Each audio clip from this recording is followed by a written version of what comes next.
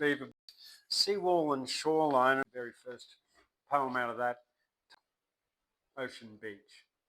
By this seawall, we sat and spoke a while.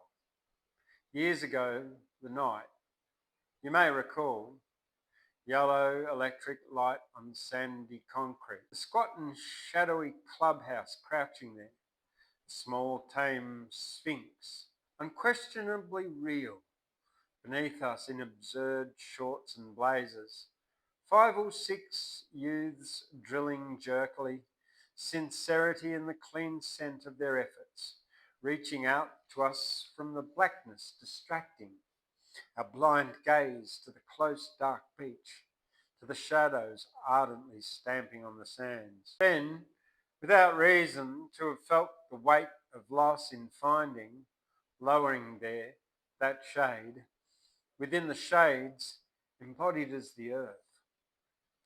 How cold and dank the night air on our faces, watching with eyelids heavy, salt on our lips, while love, a tired warden, paced that crypt among the dull sarcophagi of stars.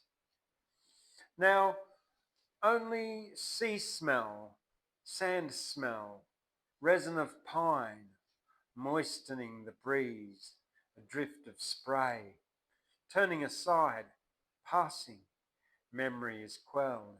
It needed ashes redolent of autumn to charm that bitterly enduring sea. Even ichor of spring's green fracture, something to soothe, to heal something hurt.